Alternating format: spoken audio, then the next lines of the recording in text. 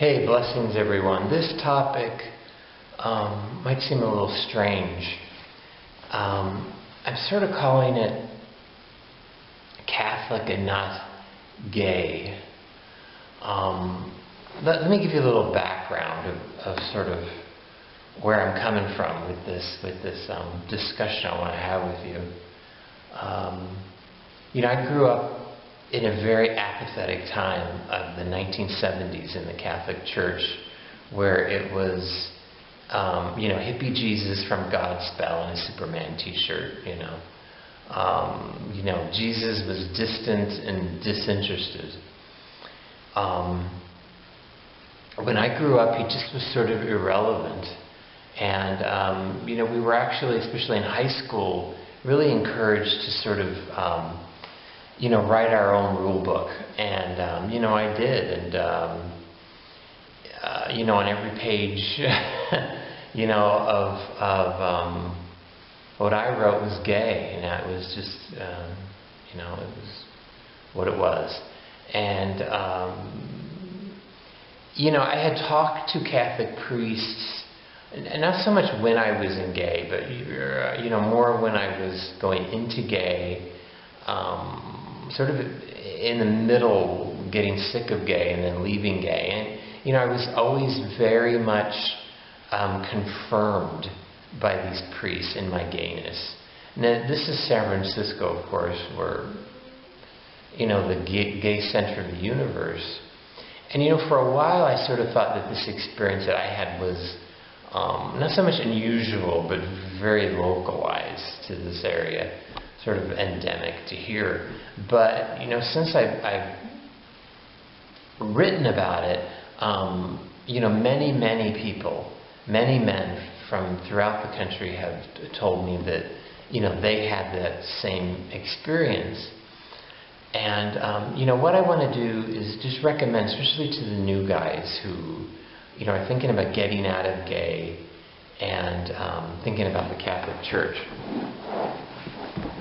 This is sort of just sort of a warning, I would say. Avoid, don't walk, run away from any ministry. I don't care if it's official, because most of them are official in their diocese. If it's a ministry that has the word gay, lesbian, LGBT, transgender, anything attached to it, those sort of ministries are going to confirm you in homosexuality. Not necessarily in lifestyle, but in homosexuality. And when you confirm somebody in gay, I don't care what else you're teaching them.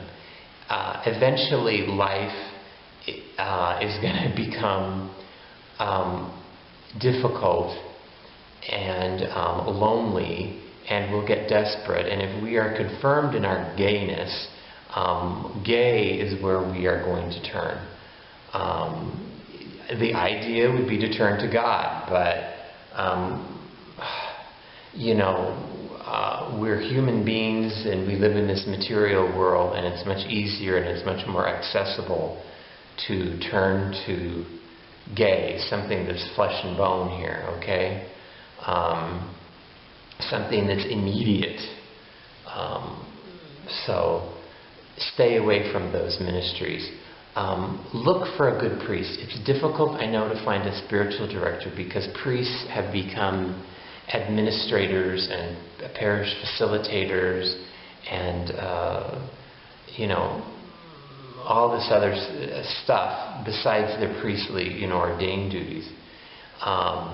Look for priests that are faithful. This will make sense in a minute. Look for priests that are faithful in the liturgy, that have a beautiful liturgy. No liturgical dancing. No rainbow flags on the altar. Good liturgical music, reverent. A reverence for the Eucharist, a priest that has a devotion to Our Lady, better yet, a priest that has a devotion to Saint Joseph. That's the priest you want to get with, because reverence for the Eucharist, reverence for the liturgy, for Mary, for the saints, for Saint Joseph, especially. That often, not all the time, but 9 out of 10 times will, or more, will signal that this is a faithful Orthodox priest who is not going to confirm your gayness.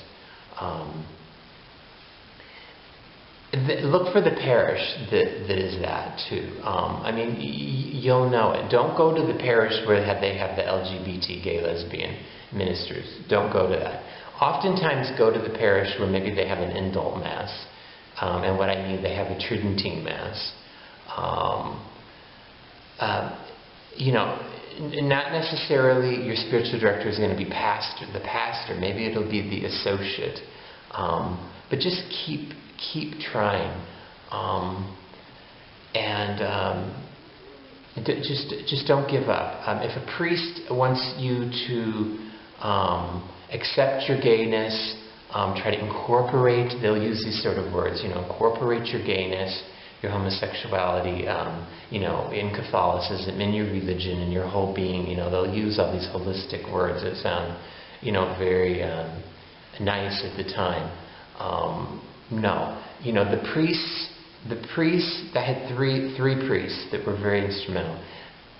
They emphasized 3 things: returning to the sacraments, Eucharist, penance, of course, a prayer life,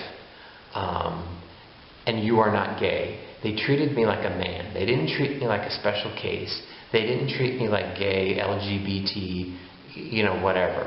They treated me like a man who had sinned, a man who had got lost, a man who had made bad decisions, but a man who was trying to rectify these things. And that's the way they treated me, and that's the way that you want to be treated. This is towards, I'm speaking to everyone, this homosexuality problem has been inflated wildly. And it's a fairly simple problem. The more I talk to the men, the more I see it as a wound in the male psyche that happens in childhood. And that's, where the healing needs to take place. And I think the church, for many of us, contains the answer just in the very name of our ministers, our priests, a father. Priests, Catholic priests out there, be a father to these men in the full sense that St. Joseph was a father to our Lord Jesus Christ, in guiding him, in teaching him, in instructing him. In the Jewish tradition, the father instructed the son in the ways of the Torah. And in Jewish tradition, please, priests, do this for these men, because it was not done, and it's not too late. And this problem will pass. It passed for me. It took a long time. The struggle wasn't so much in me. I mean, there was a struggle there. It was a struggle finding someone to help me. In the church, it just was lacking.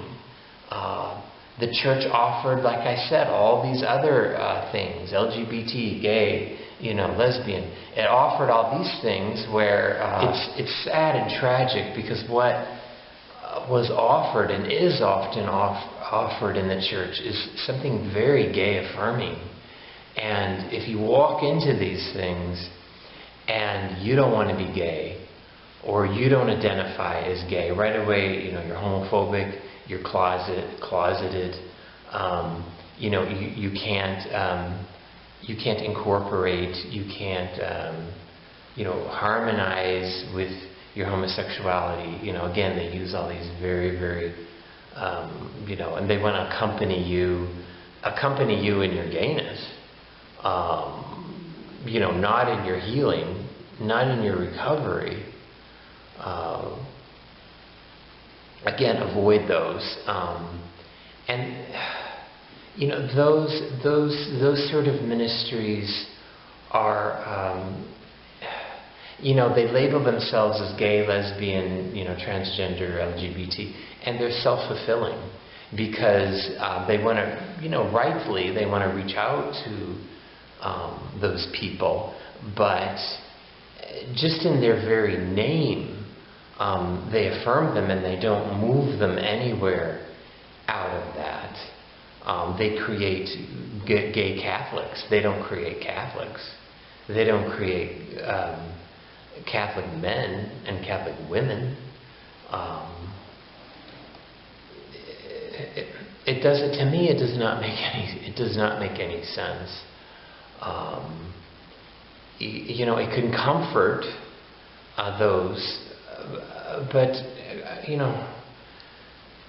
Christ certainly comforted people, but he healed them, and he told them to. He changed lives. He didn't make everybody feel good, and he didn't die on the cross to make people feel comfortable in whatever situation they were in. So again, my call is to the bishops and to the priests to truly minister to these people, to me,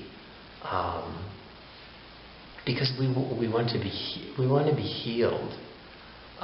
We don't want to be accompanied, and we don't want to be apologized to.